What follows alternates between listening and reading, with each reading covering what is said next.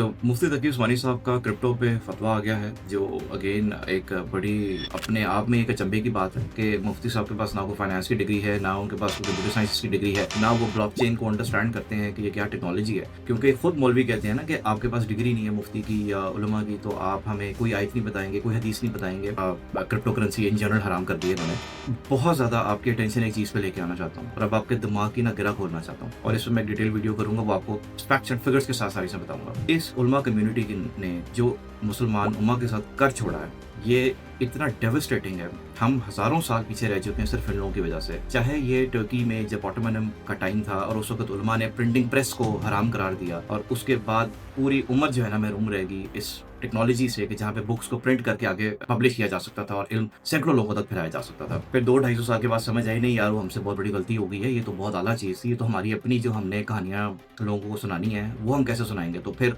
Printing press हलाल हो गया। उसके बाद जी देवबंद कहीं उलमा इंडिया से इन्होंने स्पीकर को हराम किया। पहले ये अर्ली 1900s की बात है। उसके बाद आज स्पीकर के बगैर ये स्टार्ट नहीं होते। यहाँ माइक की लाइनें लगी होती हैं इनकी। स्पीकर इन्होंने मस्जिदों में लोगों पे ऐसे लगाए होते हैं कि वो कान फाड़ने वाली सिचुएशन हुई होती है। उसके बाद मुझे खुद जाती तौर पे मैं इस कहने चाहे दूं कि जब हम इन लोगों के पास गए, यार मीडिया का दौर है, 2007-8 की ये बात है, हमने कहा यार कैमरे पे आए, कैमरा ये वो वाली इस पर हुक्म नहीं लगता। तो ये उस वक्त भी तारिक जमील साहब और तकी उस्मानी साहब ये कैमरे से ऐसे छुपते थे कि जैसे उसमें से कोई को मिसाइल आके लग जाएगा, और उस वक्त ये वीडियो के सामने नहीं आते थे। इवन हमारी यूनिवर्सिटी के टाइम पे तारिक जमील साहब की जितनी भी बयानात हैं वो ऑडियो कैसेट्स के अंदर आती थी। उस वक्त इनको कन्विंस किया, मैं अब डिटेल में नहीं जाना चाह रहा, वो किसी और दिन इंशाल्लाह उससे बात होगी। फिर इनको कन्विंस किया, आहिस्ता आहिस्ता कैमरे पे आना शुरू हुए। अब ये कैमरे के बगैर स्टार्ट नहीं होते। तो किसका जो इल्म है, किसका विजन आगे है, इन लोगों का कि हम लोगों का, ये आप लोगों को बात ही समझ नहीं आती। आज इतना बड़ा ब्लंडर मारा है ये बिटकॉइन को हराम कह के, क्रिप्टो करेंसी को हराम कह के, क्योंकि इसमें और जो हमारी डिजिटल करेंसी जो अब आ चुकी है, कैश कौन कैरी करता है? कोई भी कैरी नहीं करता। आपके बैंक अकाउंट के अंदर एक नंबर होता है और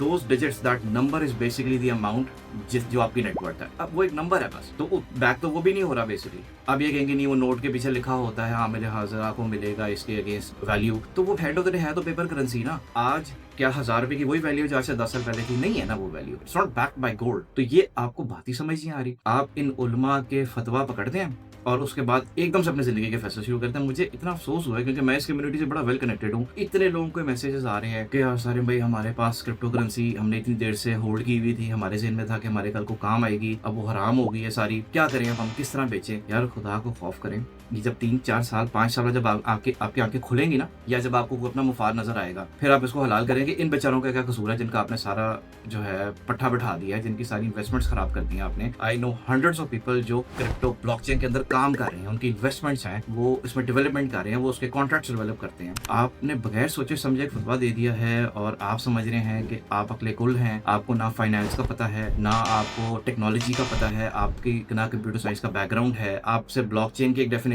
सिर्फ इतनी मेहरबानी कर दें कि सिर्फ 5 मिनट में ना ब्लॉकचेन की डेफिनेशन समझा दें कि वो होता क्या है। आई एम श्योर आपको पता भी नहीं होगा ये क्या है।